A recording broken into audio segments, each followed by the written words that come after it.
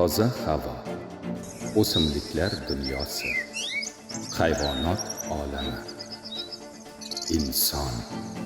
Bular hayot uchun eng zarur bo'lgan ne'matlardir. Ularning har biri tabiatdagi nozik muvozanatning bir bo'lagidir. Agar shu muvozanatdan biri buzilsa, tabiat ham, inson hayot ham izdan chiqadi.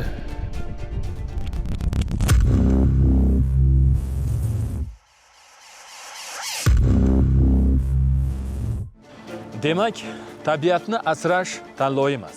Bu barchamizning burchimizdir. Chunki inson ongli mavjudot. U tabiatga qanday munosabatda bo'lishni biladi. Ammo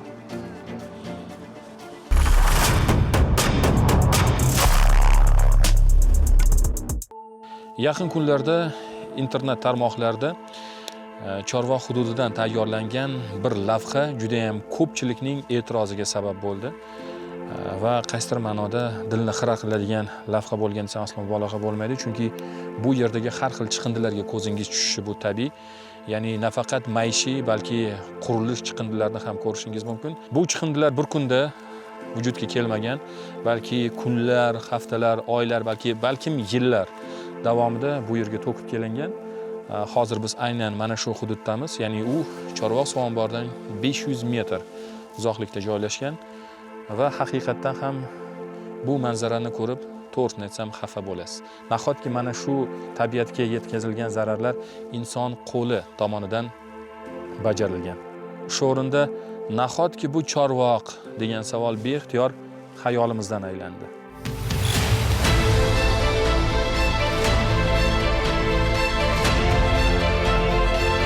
Eng achinarlisi bilasizmi nima?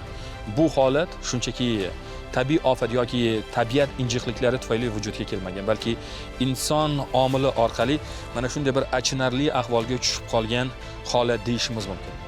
Va buni biz befarqlik, mas'uliyatsizlik va tabiatga sovuqqonlik tufayli vujudga kelgan ekologik muammo deyishimiz mumkin. Chorvoq nafaqat dam olish maskani, balki yurtimizning ekologik va turistik qiyofasini aks ettiruvchi muhim hududlardan biri.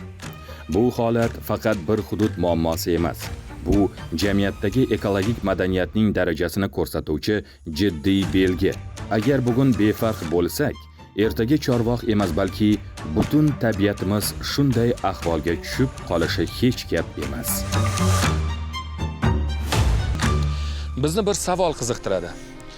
Bugun bunday holatlarga mas'ullar qanday choralar ko'ryapti? Va eng muhimi, biz fuqarolar qachon tabiatga bo'lgan munosabatimizni o'zgartiramiz? Bugungi dasturimizda aynan biz ushbu jiddiy mavzu haqida so'z yuritamiz. Bugungi ko'rsatuvimiz boshqalardan biroz farq qiladi. Uni ilk bor bir qancha mutasaddi idoralar bilan hamkorlikda tasvirga olish esa masalaga jiddiy yondashayotganimizni ko'rsatadi. Tasvirga olish jarayonida mavjud holatlar o'rganilib, muammolarning sabablari tahlil qilinadi. Shu bilan birgalikda bir nechta tashkilotlarning fikrlari inobatga olinib, masalaga xolisona yondashga harakat qilamiz. Bugungi ko'rsatuvimiz orqali biz nafaqat muammoni yoritish, balki unga yechim izlash, shu bilan birgalikda jamoatchilik e'tiborini muhim jihatga qaratishdan iboratdir. Demak, boshladik.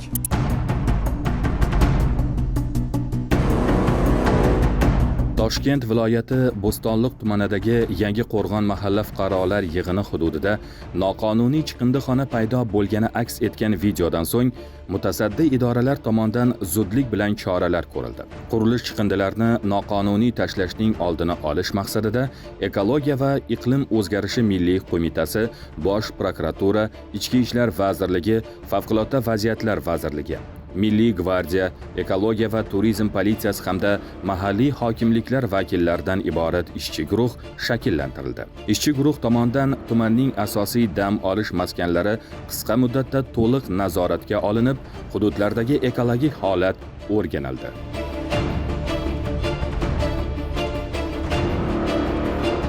Barchamizga ma'lum, aprel-may oylari Bo'stonliq tumanida piknik mavsumi hisoblanadi.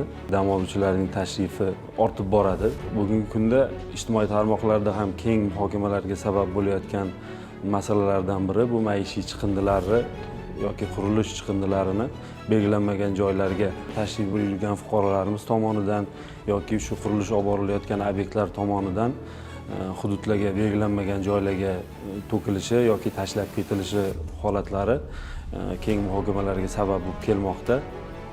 Bu esa o'z navbatida hududimizda turizm salohiyatini pasayishiga ham sabab bo'ladi. Shu sababli Xavfsiz turizmni ta'minlash boshqarmasida ushbu yo'nalishga mas'ul bo'lgan mutasaddi tashkilotlar va boshqa huquqni muhofaza qiluvchi idoralar xodimlaridan iborat shtab tuzilgan. Bundan tashqari hududlarga ishchi guruhlar tuzilib chiqarilgan. Shu kabi holatlarni belgilanmagan joylarga chiqindilar, maishiy qurilish chiqindilari tashalgan holatlarini aniqlash, shu kabi holatlarni bartaraf qilish va ushbu chiqindilarni, qurilish va maishiy chiqindilarni belgilangan joyiga, chiqindi poligonlariga olib chiqib ketish maqsadida ishchi guruhlar tashkil qilinib, har bitta hududga yo'naltirilgan.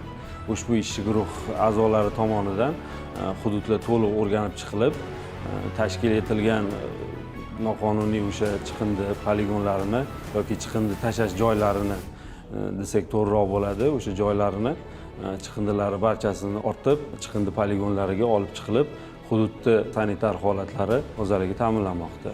Shu o'rinda tashrif buyurayotgan fuqarolardan ham tabiatni birgalikda asrashimiz kerakligini va tashrif buyurgan vaqtda o'zlaridan keyin chiqindilarni belgilanmagan joylarga tashlab ketmasliklarini, shu bilan birga yuk tashuvchi transport vositalari haydovchilari tomonidan ham transport vositalariga ortilgan maishiy va qurilish chiqindilarini faqatgina belgilangan chiqindi poligonlariga olib borilib tashlashlarini so'rab qolgan bo'lardik. Tezkor shtab tomonidan shu kabi salbiy holatlar kelib chiqishiga sabab bo'layotgan omillar aniqlanib, mas'ul mutasaddi tashkilotlarga taqdimnoma, takliflar kiritish orqali bartaraf qilish choralari ko'rilmoqda. Shu bilan birga aniqlangan har bitta noqonuniy chiqindi tashlash joylariga kuzatuv kameralari o'rnatish orqali va aholiga tushuntirish ishlari, profilaktik tadbirlari o'tkazish orqali nazoratga olingan.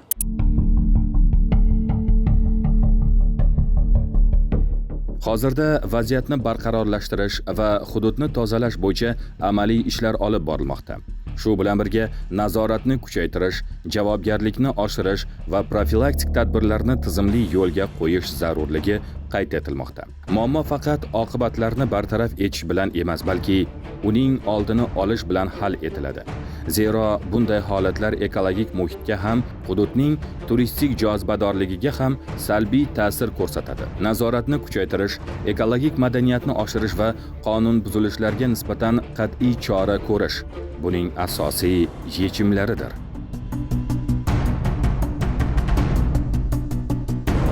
Joriy yilning 11-16 aprel kunlari Bo'stonliq tumanida ekologiyani obodonlashtirish va atrof muhitni tozalash bo'yicha bir qancha tadbirlar amalga oshirildi. Ushbu tadbir jarayonida Bo'stonliq tuman prokuraturasi tomonidan ishchi guruh tashkil etilib, ushbu ishchi guruhga huquqni muhofaza qiluvchi organlar va nazorat tashkilotlari tomonidan 150 nafar xodim ajratildi. Ushbu xodimlar 10 ta ishchi guruhga ajratilib, kunlik o'rganish va tekshirishlarni amalga oshirishdi. Ushbu tekshirishlar natijasida Bo'stonliq tumanida 395 ta holat aniqlanib, ushbu holatlar yuzasidan ma'muriy bayonnoma rasmiylashtirildi. Shuningdek, Bo'stonliq tumanidagi 227 ta qurilish obyekti ko'zdan kechirilganda, ular tomonidan atrof muhit va ekologiyaga ta'sir ko'rsatadigan noqonuniy chiqindixonalar tashkil etish holatlari aniqlanib, ushbu tekshirish natijasida 95 ta holatda ma'muriy bayonnoma rasmiylashtirildi.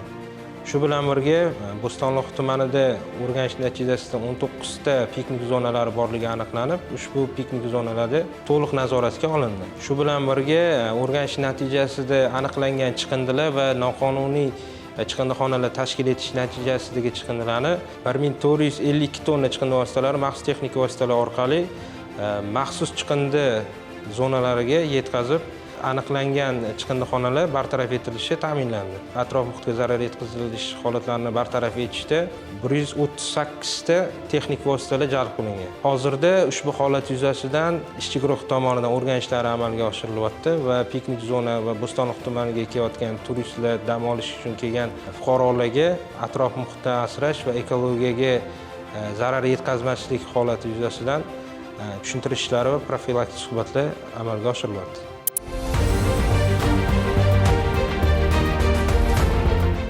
Tahlillarga ko'ra, O'zbekistonning barcha hududlarida qurilish ishlari ko'paymoqda va bu o'z navbatida qurilish chiqindilarining belgilanmagan joylarga noqonuniy tashlanishi bilan bog'liq muammolarni yuzaga keltirmoqda.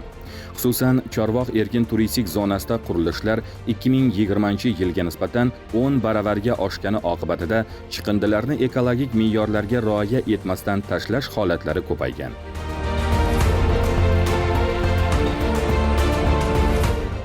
Chiqindilarini belgilanmagan joylarga tashlab ketishi asosiy sabablardan biri shu tumanimizda chiqindi poligoni mavjud emasligi. Ya'ni hozirgi kunda o'sha chiqindi poligoni Bo'stonliq tuman markazidan bir qancha uzoqda joylashganligi sababli o'sha qurilish qilayotgan fuqarolar yoki boshqa yuridik jismoniy shaxslar tomonidan o'sha joyiga olib borib tashlash o'rniga kamaschilar tomonidan belgilanmagan joylarga tashlab ketayotgan holatlar ko'p kuzatilmoqda. Bu holat yuzasidan ham hozir hukumatga taklif kiritilgan.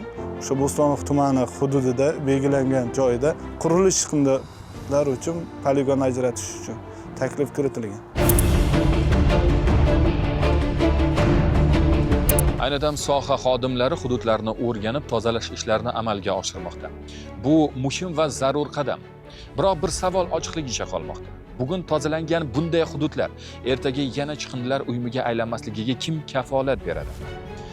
Muammo esa tozalash bilan hal bo'lmaydi. Uning yechimi har birimizning munosabatlarimizga bog'liqdir. Shunday ekan, eng avvalo tozalikni o'zimizdan boshlashimiz kerak. Dam olishga kelganimizda aynan tozalikka rioya etishimiz kerak. Zero ona tabiatni asrashga barchamiz mas'ulmiz. Bu ijtimoiy tarmoqqa chiqqandan keyin bu yerga ekologiya, milliy bog', Burchunlar davlat o'rmon xo'jaligi, tur politsiya, milliy gvardiya, favqulodda vaziyatlar ma'muriyati hamkorligida bu yerga tozalash ishlari olib borildi. Maishiy chiqindilar olib chiqilib ketildi. Yerlar tekislanib tozalandi. Tadbirimiz hali davom etmoqda. Bu hududni nazoratga olish uchun Milliy qo'mitamiz tomonidan nazorat kameralari o'rnatildi. Ifloslangan hududlarga choyvoq suv ombori muhofaza zonasi joylashgan bo'lsa, salbiy ta'sir ko'rsatadi. Bu hudud suvdan uzoqda joylashgan. Bu hudud davlat miqyosida yo'llar qurilgan paytda past tomonda yana bir ilgaridan qolib ketgan korxona tashkilotlar, dam olish maskanlari qurilgan paytda karyer sifatida foydalanilgan joy. Shu joy endi rekultivatsiya qilish ishlari olib borilmaganligi sababli chuqur joylar bo'lganligi uchun g'uzarlash va olib ketib to'kkan holatlari bo'lgan. Hozirgi kunda bizlar tumanimizdagi mahalla fuqarolar yig'iniga taklif kiritganmiz. Ulardan shunaqa hududlarni aniqlab berishini, biz shu hududlarga kuchaytirilgan holatda chiqindi yig'ish xonalarini tashkillashtiramiz. Bu yerdan chiqindilarni olib ketishi yo'lga qo'yamiz. Kartani o'rnatish mumkin. Buni ham vaqtida olib chiqib ketishi yo'lga qo'ysak, shunda maqsadga muvofiq bo'lardi. Kuzatuv kameralarini ko'paytirishimiz lozim.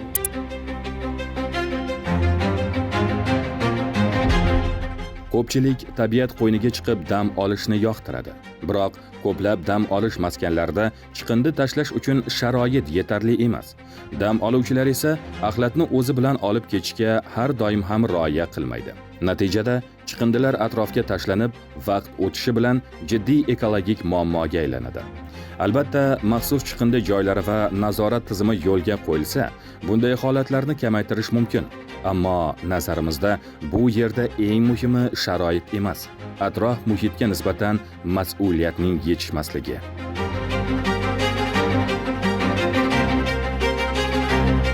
Hamma joyimizda piknik qilayotganlarda musorli urnalarimiz mavjud emas. To'g'ri, lekin yaqin 500 metr yoki 300 metr, 200 metr oraliq masofalarda bor. Piknik qilayotgan mehmonlardan o'sha narsani iltimos qilamiz, lekin amalda ko'pchiligi dam olish madaniyatiga rioya qilmaydi. Bo'stonliq tumanida chiqindi tashlash uchun poligon mavjud emas. Eng yaqini Parkent tumanida joylashgan. G'azalkent shahridan borib kelishini o'zi 70 kilometrga aylanadi. bitta maxsus texnikaga bir kunda masalan 3 reys rejasi bo'lsa 2 ta reys qiladi. Bu avtomatik tarzda musor yig'ilish anaqasini olib kelyapti. Qurilish chiqindilarini tashlash mexanizmi mavjud emas bizda. Rahnamo servis faqat maishiy chiqindi bilan ishlaydi. Bo'stonliq tumanida qurilish juda ko'p. Turistik obyektlar rost kundan kunga qurilyapti. O'shalarni inobatga olib taklif berdik.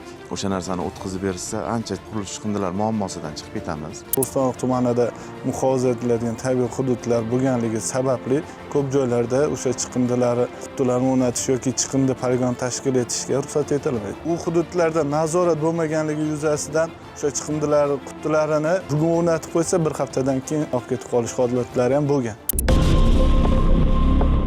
Bo'stonliq tumani Chorvoq hududida olib borilgan monitoringlar chiqindi bilan bog'liq holatlar asosan Chimboylik, Qoronqul, Xumson, Ugam, Chimyon, Burchumulla, Yangi Qo'rg'on, Yakkatut, Bog'iston, Kichiksoy va Birlik mahalla fuqarolar yig'inlarida kuzatilayotganini ko'rsatdi.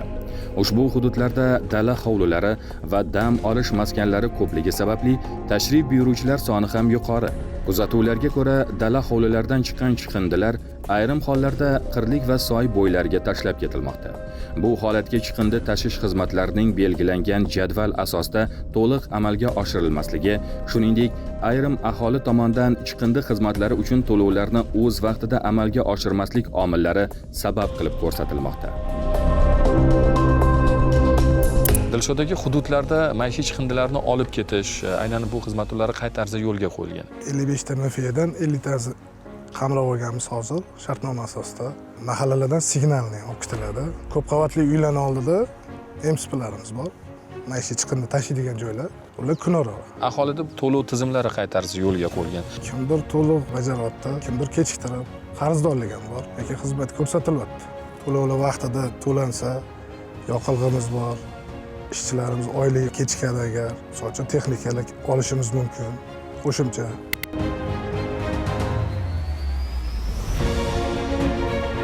Chorvoq hududini ko'rsangiz, asosiy qismi dacha bo'yatibdi-da bitta. Aholini misoli sig'maydi. Ularnikini olmay, aholinikini olamiz, siz bula to'palan qilyapti. Shartnomaga kelganda qilishmaydi.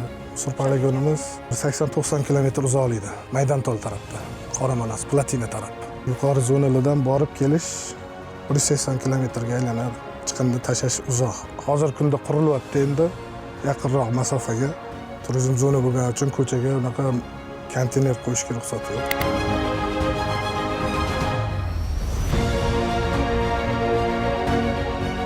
Ko'rsatuvimiz davomida Rahnamo servis mas'uliyati cheklangan jamiyat xodimlari bilan suhbatlashganimizda aynan Bo'stonliq tumanidagi mahallalardan chiqindilar muntazam ravishda olib ketilishi haqida bizga ma'lumot berilgan edi. Bu nechog'lik haqiqatga yaqin yoki yo'q? Aynan buni biz o'z ko'zimiz bilan va o'z quloqimiz bilan eshitish maqsadida aynan mana shu mahallada istiqomat qiladigan mahalliy aholining fikri bilan qiziqdik. Qapal qishlog'i, Bog'izlar ko'chasi, musor kelmaydi. Hozirning o'zida bir oyda bir kelyaptimi? Mana hozir sezon boshlansa, 3 oyda bir keladi. Biz Primorskiyga, mana pastki mahallaga qapani 20 mingdan o'tkazamiz. Ari u yoqqa pul to'laymiz, ari bu yoqqa pul to'laymiz. Shunaqa.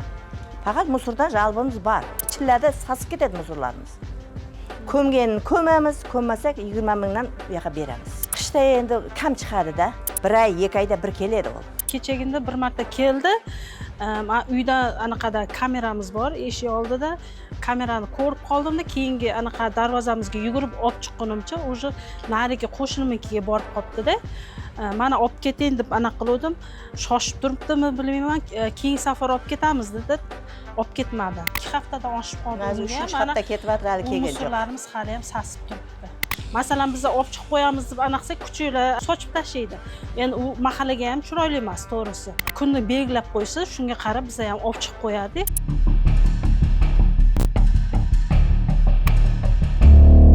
Biz So'liq qishlog'i O'qtosh ko'chasiga qaraydi. Hozirgi kunda har haftada kelib turibdi. Qish kunlarida undaqa har haftada kelmaydi. Bir oydami, 2 oydami bir keladi. Yoki mana hozir yana sal kundan keyin sezon boshlanib qoladi. Sezon paytida ham yozda chiqindini kelib olib ketishi juda muammo bo'ladi. kelmaydi vaqtida. 2 hafta, 3 haftalab ham kelmay qoladi. Qayerdadir chiqindi mashinalarini eshitib qolsa, kelyapti deganini o'zimiz shaxsiy mashinalarimizga ortib, olib borib yuklab berib kelamiz. Bizlar lekin to'lovlarni o'z vaqtida amalga oshiramiz. To'lovlari qilsak ham shunda ham xohlagan paytida kelishadi. Vaqtida yo'q, kelmaydi.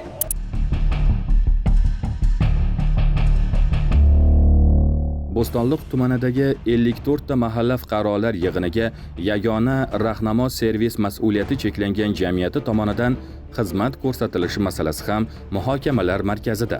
Aholi bilan o'tkazilgan suhbatlarda chiqindilarni tashish uchun maxsus avtomobillar har doim ham belgilangan vaqtda kelmasligi qayd etilmoqda. Mazkur holat texnika ta'minotidagi ehtimoliy yetishmovchiliklar, xizmat ko'rsatish quvvatining cheklangani yoki tashkiliy masalalar bilan bog'liq bo'lishi mumkinligi tilga olinmoqda.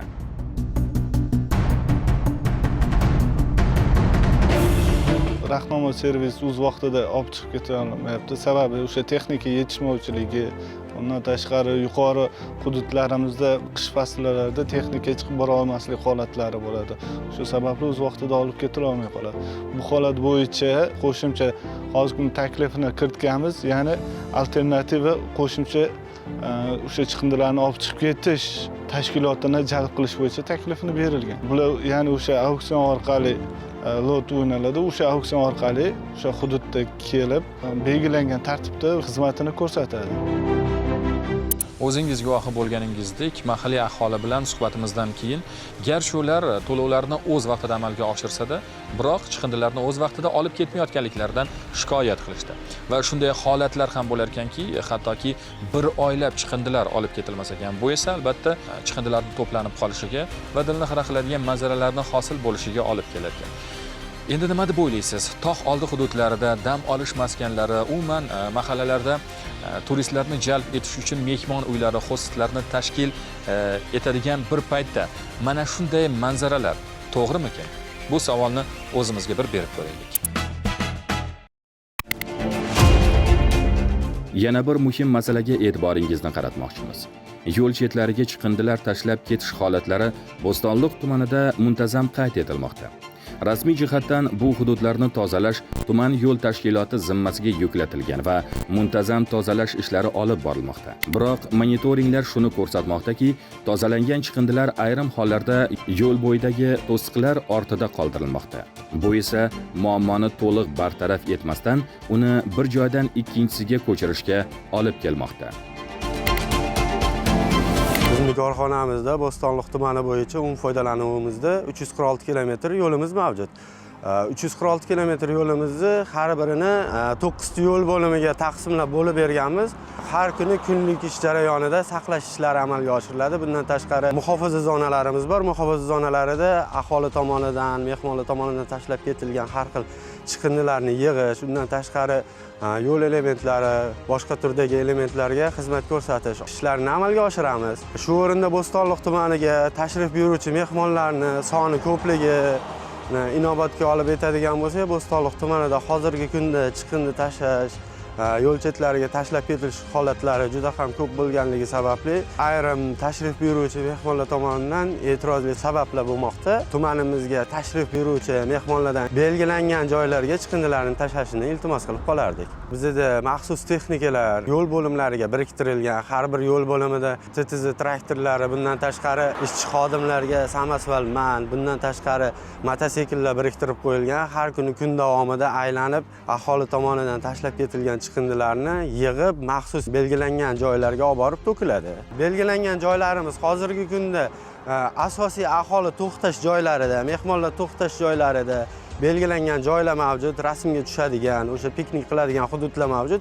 O'sha hududlarga yetarlicha belgilab qo'yilgan, lekin 346 kilometr yo'limizda maxsus jihozlanmagan, aholi ko'p bo'ladigan, mehmonlar ko'p bo'ladigan joylarda piknik zonalariga yetarlicha ta'mirlab qo'yilgan. Bu muammolarni bartaraf qilish bo'yicha hozirgi kunda tuman ekologiya bo'limi hamda ichki ishlar bo'limi bilan birgalikda ishchi guruh tuzilib, ish jarayonlari olib borilyapti. Aholiga tashrif buyurgan mehmonlarga tushuntirish ishlari olib borilyapti, ogohlantirishlar berilyapti. Kerak bo'lsa qonuniy choralar ham ko'rilyapti. Yana bir muhim holat. Ayrim yuk avtomashinalari chiqindilarni belgilangan poligonga olib bormasdan qirlik va adirliklarga tashlab ketishi kuzatilgan. Rasmlarda maxsus texnikalar orqali chiqindilar jarliklarga tushirilayotgani ham aks etgan. Bu holat chiqindilarni boshqarish tizimidagi amaliy ijro masalalariga e'tibor qaratish zarurligini ko'rsatadi. Shu bilan birga chiqindilarni bartaraf etish ishlari ko'pincha mutasaddi rahbarlar tashrifi arafasida faollashishi qayd etilmoqda. Bu esa hududda tizimli va doimiy nazorat mexanizmi qay darajada samarali ishlayotgani haqida savollar tug'diradi. Politsiya bo'lim xodimlari tomonidan ekologik nazorat reyd tadbirlarini olib borish ko'zda tutilgan. Soy yoki boshqa belgilanmagan joylarga, jarliklarga noqonuniy chiqindi tashlab ketayotgan holatlari bir necha marotaba aniqlanib, huquqbuzarlarga nisbatan qonunchilikda belgilangan tartibda choralar ko'rilgan. Ya'ni o'sha transport vositasida to'kayotgan holatlar ham aniqlangan. O'sha holatlar yuzasidan tegishli tartibda ichki ishlar xodimlari bilan birgalikda transport vositalarini vaqtinchalik jarima maydonlariga olib borib choralar ko'rilgan. Xuddi shunday transport vositasi bilan belgilanmagan joylarga chiqindi tashlaydigan bo'lsa, ikkinchi holatida transport vositasi belgilangan tartibda davlatga musodara qilinishi ko'zda tutilgan.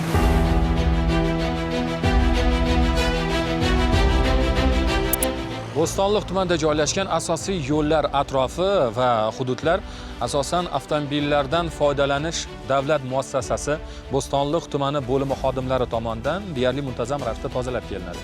Lekin bilasizmi, aynan biz Chorvoq atrofidagi mana shu yo'llardan yurar ekanmiz, dilimizni xiraqlaydigan bir manzaraga duch keldik. To'xtalmasdan ilojimiz yo'q edi. Chunki bu adashmasam yo 3-chi yo 4-chi marta ko'zimiz tushishi, ya'ni kelayotgan paytimizda. Endi buni biz aynan soha xodimlarining befarqligi deya olmaymiz, chunki bu bizga noma'lum, balki dam oluvchilar tomonidan axlatlar tashlab ketilgan bo'lishi ham mumkin.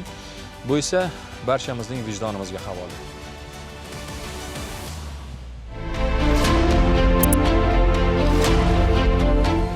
Bugun ko'tarilayotgan masala faqat chiqindi yoki ifloslangan hudud haqida emas. Bu ekologik madaniyat, munosabat va mas'uliyat haqida. Tabiatdan bahra olamiz, dam olamiz, havosidan nafas olamiz, ammo unga nima qoldiryapmiz? Hududlarda tozalash aksiyalari o'tkazilmoqda, nazorat kuchaytirilmoqda, mas'ul idoralar vaziyatni bartaraf etish ustida ish olib bormoqda. Ammo muammo faqat rasmiy choralar bilan to'liq hal bo'lib qolmaydi. Chunki bu faqat idoralar ishlari emas. Bu har birimizning mas'uliyatimiz. Agar har bir fuqaro dam olgan joyni toza qoldirishni odat qilmasa, agar chiqindini shunchaki tashlab ketish oddiy hol sifatida qaralsa, eng kuchli nazorat ham yetarli bo'lmaydi. Tabiat bizdan faqat bir narsani kutadi: ehtirom. Va bu ehtirom har bir qadamimizda namoyon bo'lishi kerak.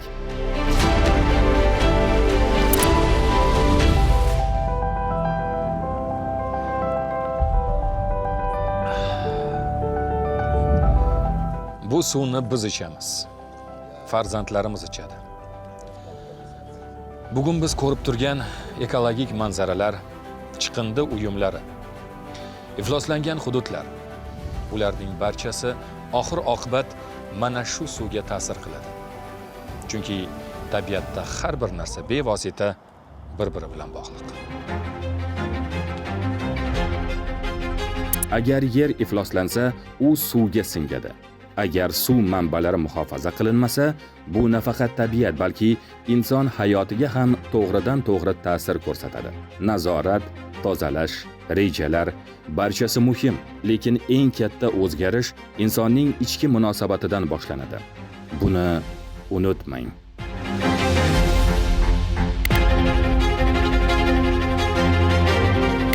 Idishdagi suv.